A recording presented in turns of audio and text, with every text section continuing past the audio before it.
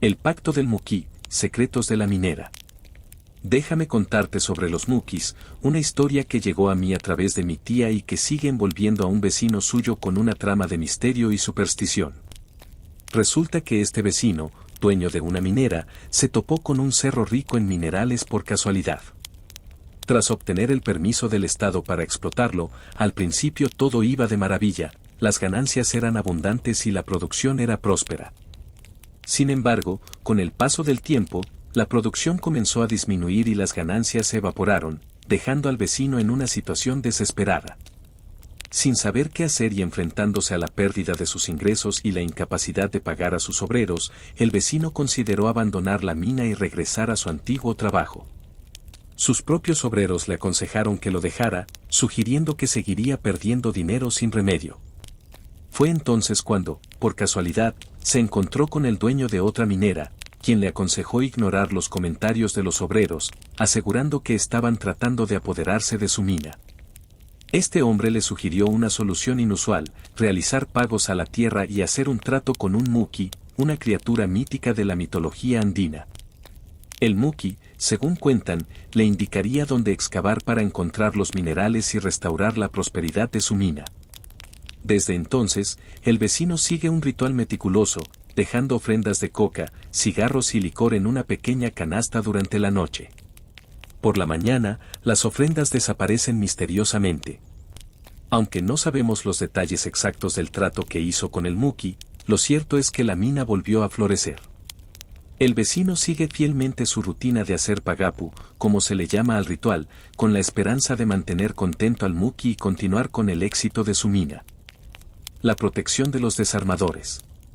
Esta es una historia que mi padre me relató hace muchos años, una experiencia que vivió en 1983. Sucedió cuando viajaba hacia el norte de Lima, en Chimbote, para asistir al velorio de su tío, quien lamentablemente falleció en un trágico accidente de tránsito en la carretera, aunque no recuerda si fue en Huaral o Huacho.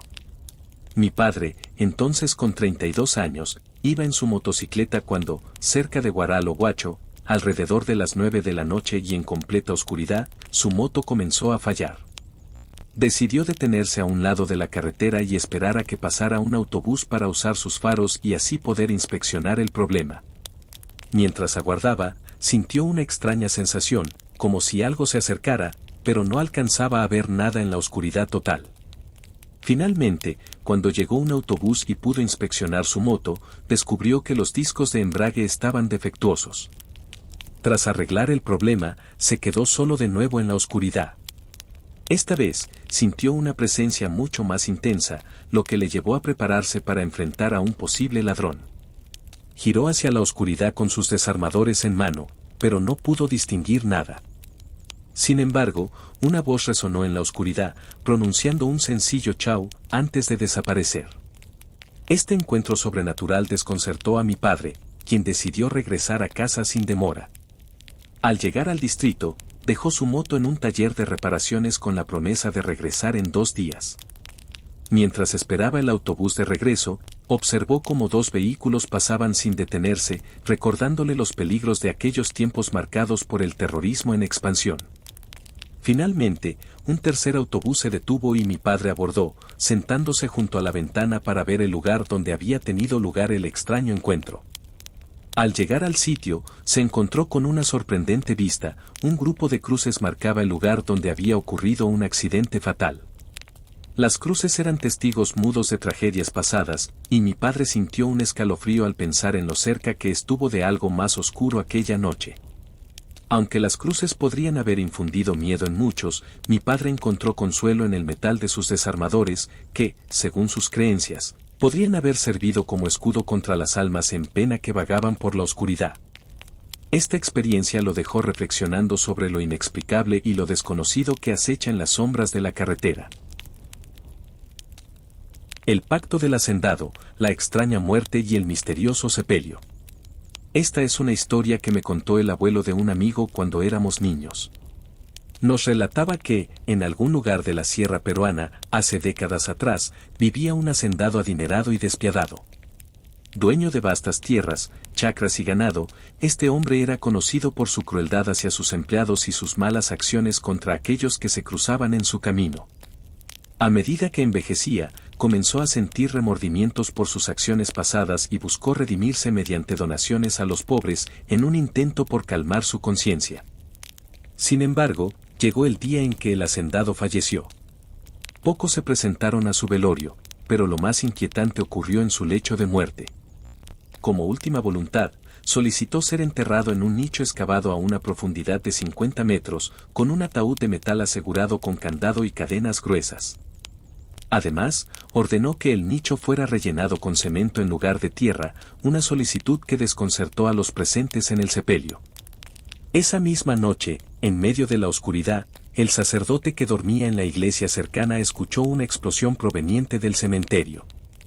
Alarmado, se dirigió al lugar y presenció una escena que lo dejó atónito. El nicho del hacendado había estallado en pedazos, y lo que vio a continuación desafió toda lógica. El cuerpo del hacendado emergió del sepulcro, pero de manera invertida, con los pies en alto y la cabeza hacia abajo.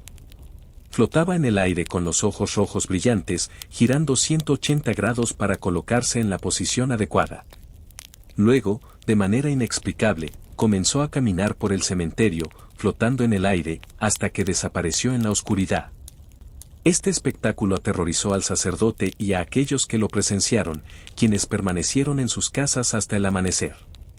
Los curanderos locales concluyeron que el hacendado había hecho un pacto con el diablo, y al morir, el diablo reclamó tanto su alma como su cuerpo. Ni siquiera sus obras de caridad ni el reforzamiento de su ataúd pudieron salvarlo de su destino final, sellado por las oscuras acciones que cometió en busca de poder. El misterio de la peluca púrpura, un encuentro sobrenatural. Esta historia le sucedió a un amigo mío en el año 1992, cuando tenía unos 14 años. Recuerdo que solía visitarlo con frecuencia, ya que vivía a solo 3 casas de la mía. En una de esas visitas, entré a su sala y noté una peluca de color púrpura sobre una mesa. Movido por la curiosidad típica de la adolescencia, decidí ponérmela en la cabeza y bromear como si fuera Sansón. Sin embargo, mi diversión se convirtió en temor cuando mi amigo me reveló que la peluca pertenecía a una señora que había fallecido hacía apenas 2 días. Alarmado, me quité la peluca y la arrojé en una vitrina. Aunque mi amigo se echó a reír, no pude evitar sentir un escalofrío recorriendo mi espalda. Le sugerí que deshiciera de ella lo antes posible, pero él parecía no creer en supersticiones y decidió conservarla. Aquella noche, mi amigo tuvo un sueño perturbador. Se encontró en la antigua casa de la difunta, donde la señora apareció corriendo hacia él con la peluca puesta, repitiendo 3 veces con voz escalofriante: «Te voy a llevar, te voy a llevar, te voy a llevar». Aterrorizado, mi amigo se dio cuenta de que estaba soñando y reaccionó con valentía, enfrentando a la figura fantasmal con una lluvia de insultos y maldiciones. Al despertar, agitado y sudoroso, decidió tomar medidas drásticas. Agarró la peluca, un recipiente de querosene y fósforos, y salió a la calle. Después de rociarla con combustible y prenderle fuego, observó cómo las llamas consumían la peluca hasta convertirla en cenizas. Finalmente, llevó las cenizas lejos y las enterró, sintiendo un alivio al librarse de aquella presencia inquietante. Asustado por la experiencia, mi amigo comprendió la importancia de deshacerse adecuadamente de objetos relacionados con la muerte para evitar encuentros sobrenaturales. Esta anécdota, aunque tenebrosa, sirve como recordatorio de los misterios que acechan en la oscuridad, incluso en los lugares más cotidianos.